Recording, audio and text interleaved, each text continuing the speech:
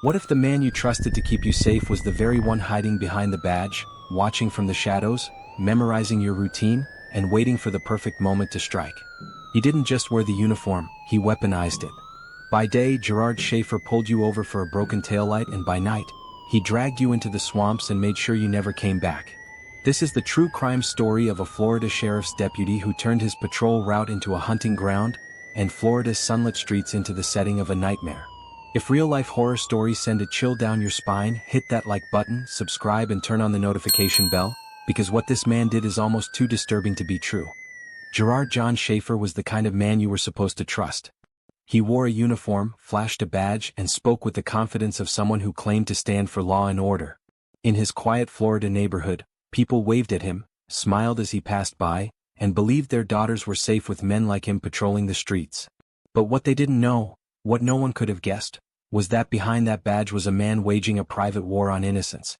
Beneath the facade of a clean-cut sheriff's deputy lived a deeply disturbed and sadistic predator who wasn't just interested in enforcing the law. He was breaking it in the most brutal, horrifying ways imaginable.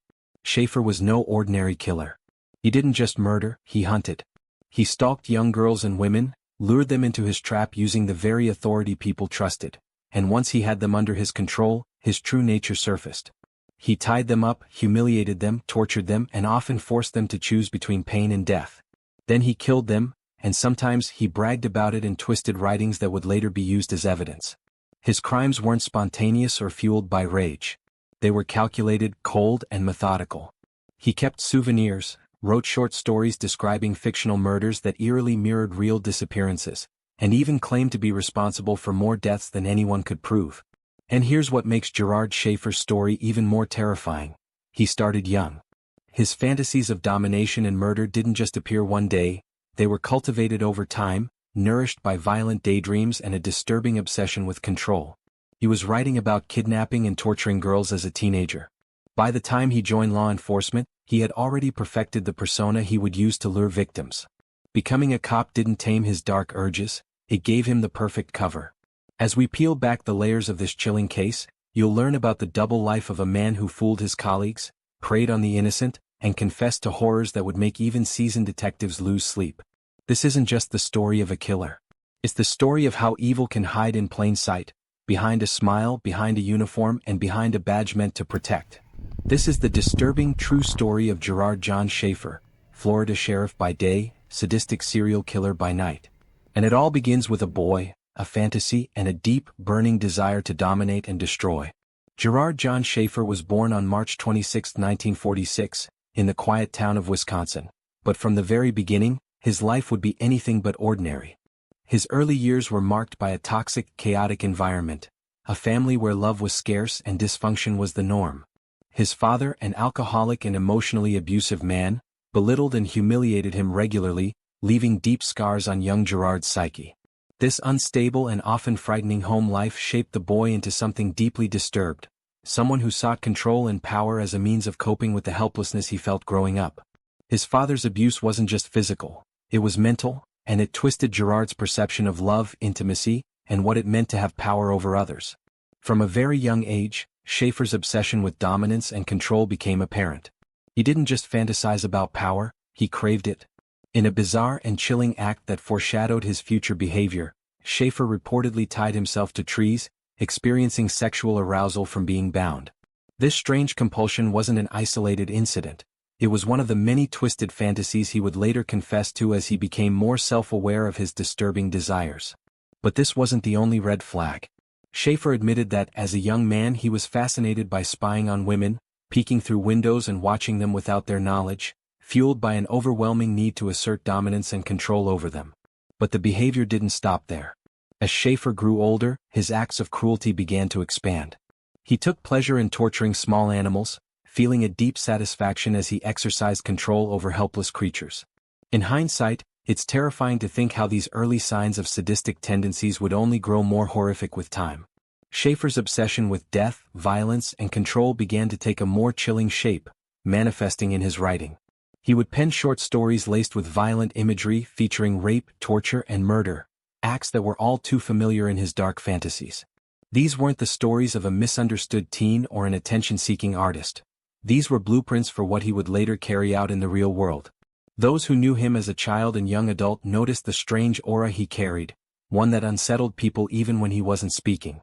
Schoolmates later reflected on how Schaefer had a dark aura about him, a feeling that something was seriously wrong.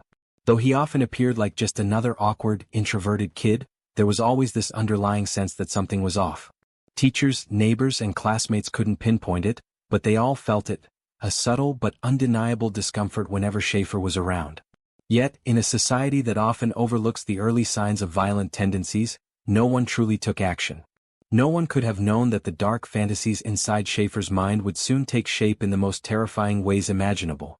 What was once a teenage obsession fueled by voyeurism and animal cruelty would soon explode into something far worse, a deadly need to exert control over living, breathing victims. But here's the question we need to ask. What happens when a boy raised in such a toxic environment grows into a man, one with access to a gun, a badge, and the authority to hold people in his power? What happens when a man like that is given the responsibility to protect others, when his entire life has been spent fantasizing about violence, death, and domination?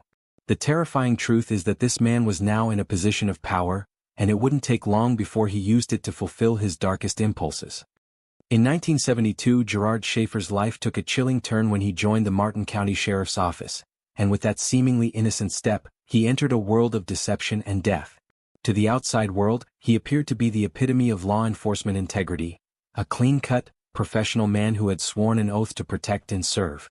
But behind that uniform, behind that calm and composed exterior, Schaefer harbored something far darker, something far more dangerous. He wasn't just a cop, he was a predator, and the badge he wore was his weapon, his shield, and his ticket to feed his twisted and sadistic desires. It's terrifying to think that a man sworn to uphold the law could use that very same position of trust to carry out his evil acts, but that's exactly what Schaefer did. His power as a law enforcement officer didn't give him a sense of justice. It gave him access to vulnerable women who had nowhere to turn, and in their desperation they would trust him, only to find out too late that their fate was sealed the moment they stepped into his patrol car.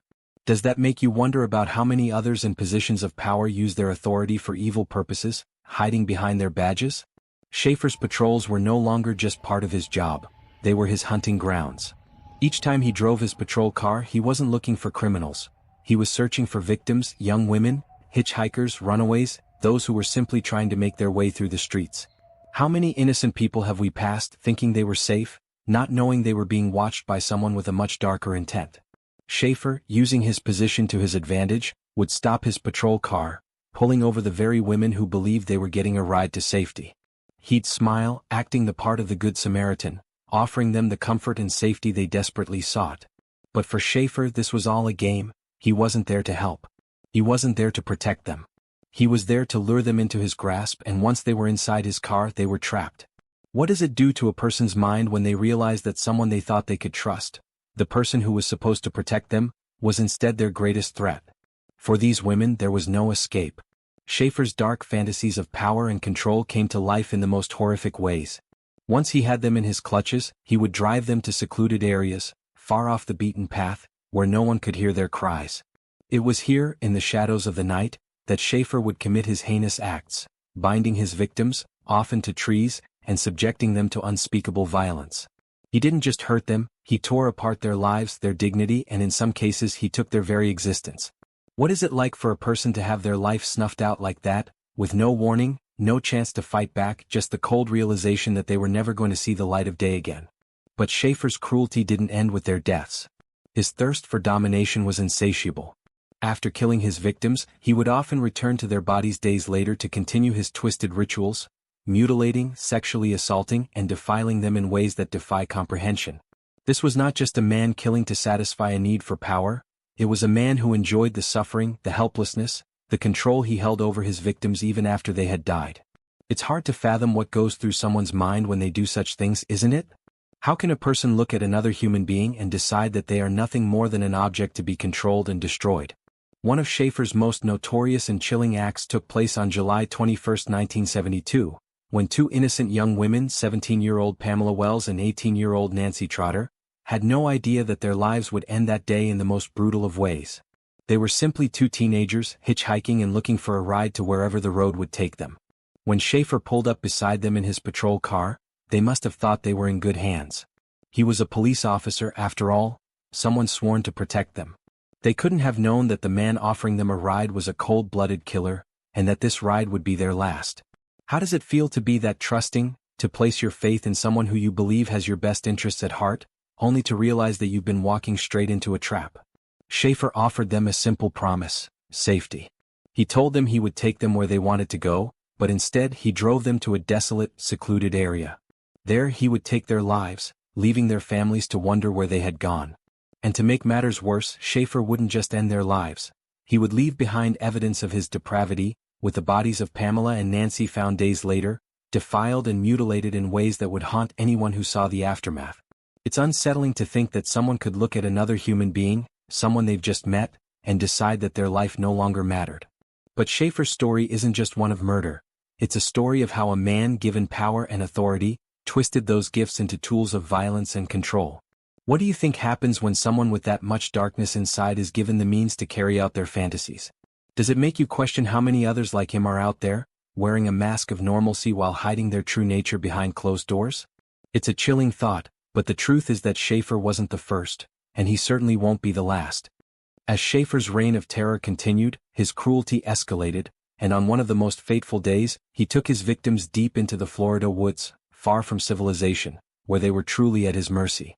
With the cold and calculated nature of a man who had done this before, he forced his victims at gunpoint, an overwhelming sense of terror rushing through their veins as they realized they were alone, powerless, and at the mercy of this predator.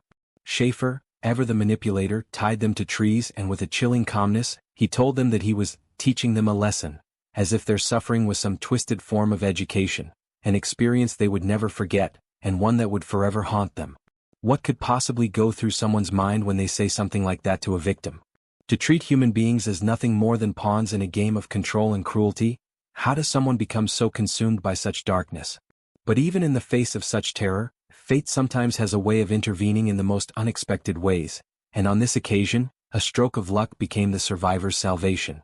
Just as Schaefer prepared to leave them in the woods, thinking his twisted lesson had been taught, a sudden rainstorm began to pour down. The storm provided a small, unexpected chance for escape. The rain wasn't just a weather event, it was a sign of something greater. A break in the tension, a chance to flee before it was too late. However, that wasn't the only factor that worked against Schaefer. In his arrogance, believing he had completely controlled the situation, Schaefer made a fatal error. He reached out to his supervisor and confessed that he had done something stupid, a casual, almost flippant remark that would prove to be his undoing.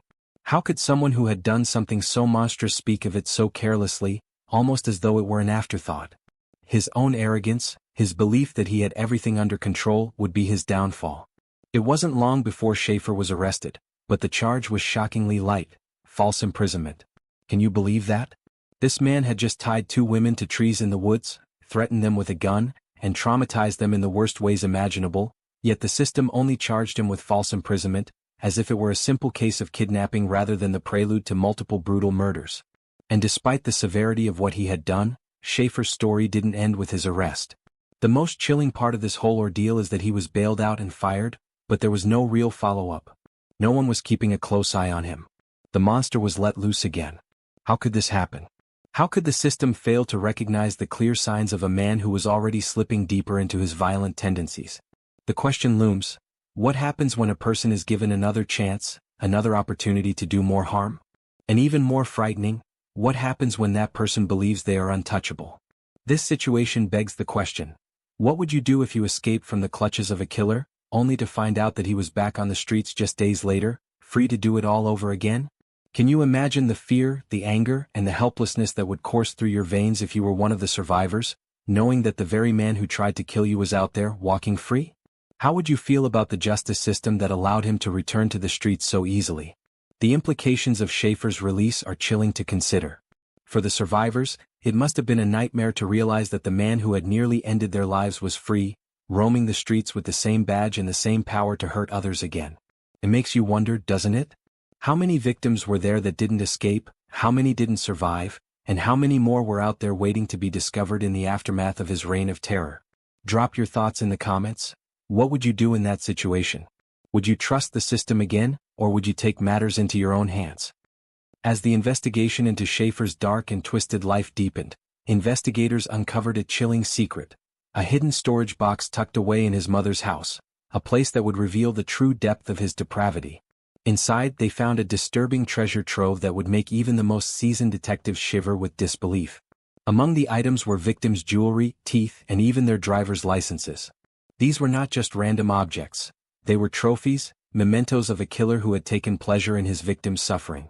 These personal items, once symbols of life, had now become relics of death, each piece telling the grim story of someone's life snatched away too soon.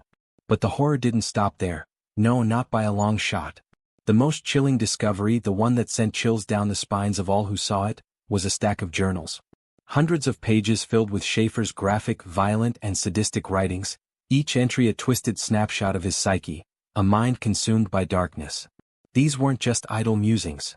They were detailed, grotesque stories that seemed to cross the boundary between fiction and reality, a blurred line between the worlds he created in his head and the brutal acts he committed in real life.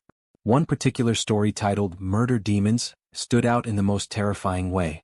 It eerily mirrored the details of an unsolved case, one that had baffled investigators for years. How could Schaefer, a man who had seemed so ordinary on the outside, have known such intimate details of a crime he wasn't supposed to be connected to? Could this story be a twisted confession, a chilling admission of his involvement in a case that had gone cold for so long? And as investigators combed through the journal, they were faced with the gut-wrenching question: were these stories just the fevered fantasies of a man who lived in a world of delusion, or were they cold, hard confessions, a glimpse into the true extent of his crimes? The further they read, the more they found themselves questioning the very nature of his madness. Each journal entry seemed to blur the line between fiction and confession, as Schaefer's sick mind painted violent and disturbing pictures that were far too vivid to be mere fantasy. In one particularly chilling passage, Schaefer wrote, "They screamed, but no one came." The words were haunting, an echo of the victims' final moments, and their cries for help swallowed by the dark and silent woods where they met their untimely end. But it wasn't just the words that were unsettling, it was the sheer coldness with which he described the horrors, the lack of remorse or empathy that dripped from every line. What kind of person writes like this? What kind of mind finds comfort in documenting acts of torture and death with such meticulous detail? The question becomes even more unsettling when you consider the possibility that these weren't just stories.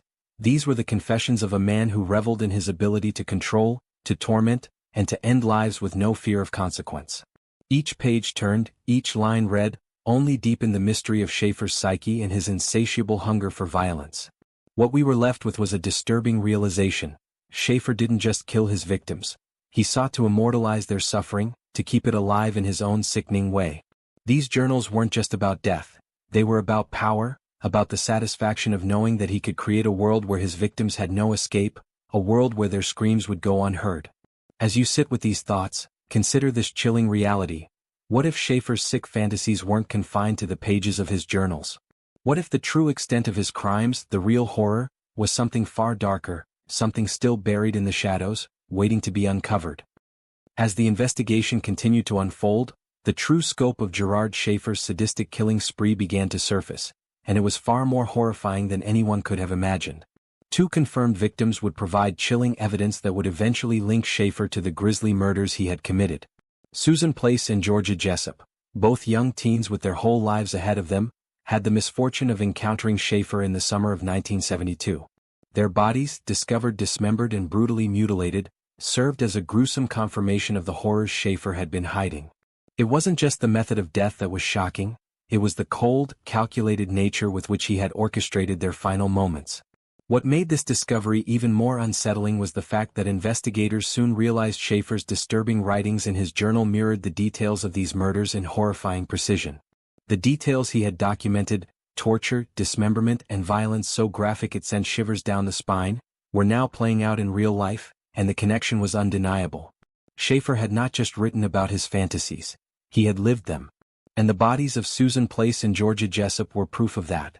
But as the investigation grew, so did the realization that these 2 confirmed victims were likely just the tip of the iceberg.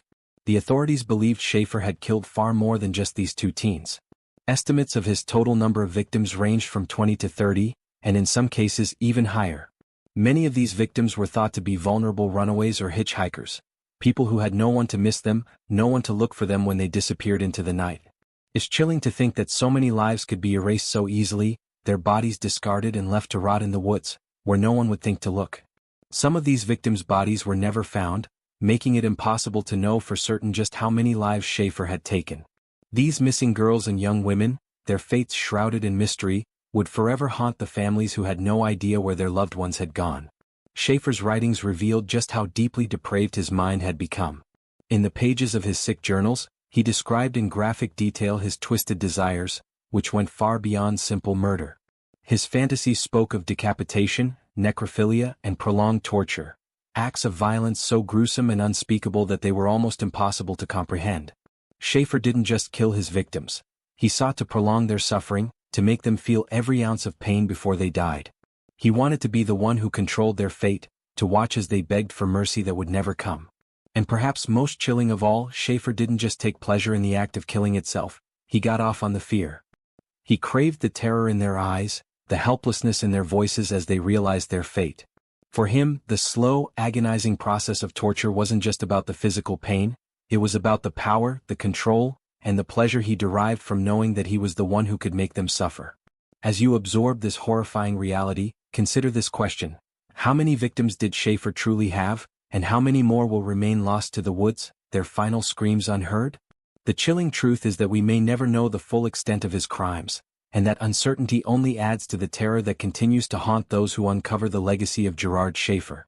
In 1973, after a lengthy investigation and mounting evidence, Gerard Schaefer was convicted for the brutal murders of two young women, Susan Place and Georgia Jessup. However, while this conviction would serve as a grim milestone in the case, it was clear that Schaefer's horrific reign of terror was far from over.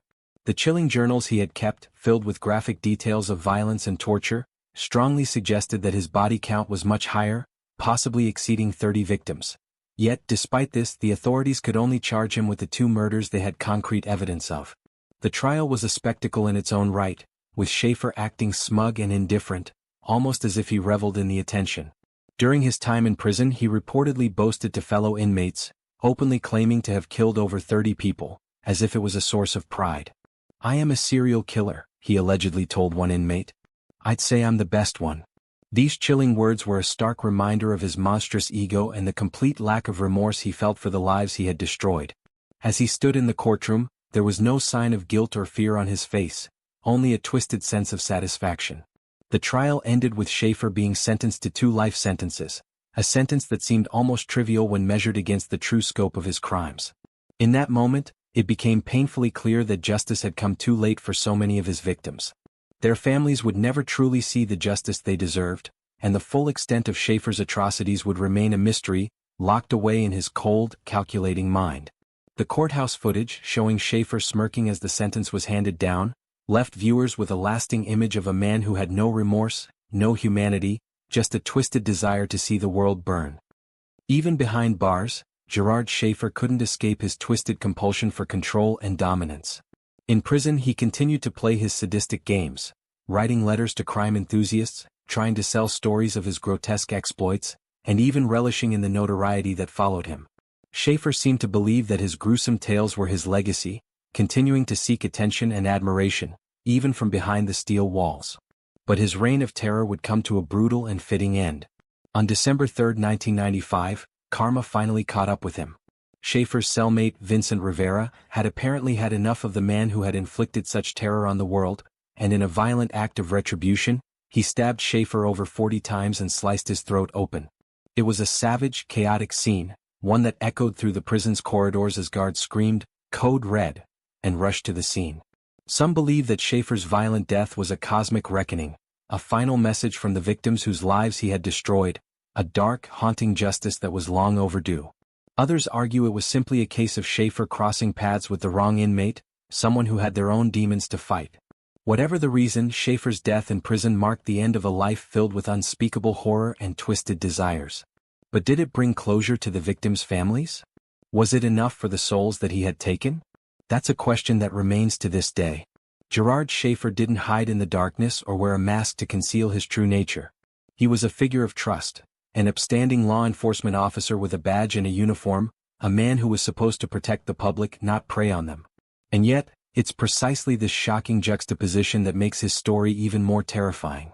Schaefer's tale is a chilling reminder that evil often doesn't lurk in the shadows. It can be hiding in plain sight, wearing the face of someone we believe is safe. As we zoom in on the old photo of Schaefer smiling confidently in his police uniform, we're forced to confront an uncomfortable reality.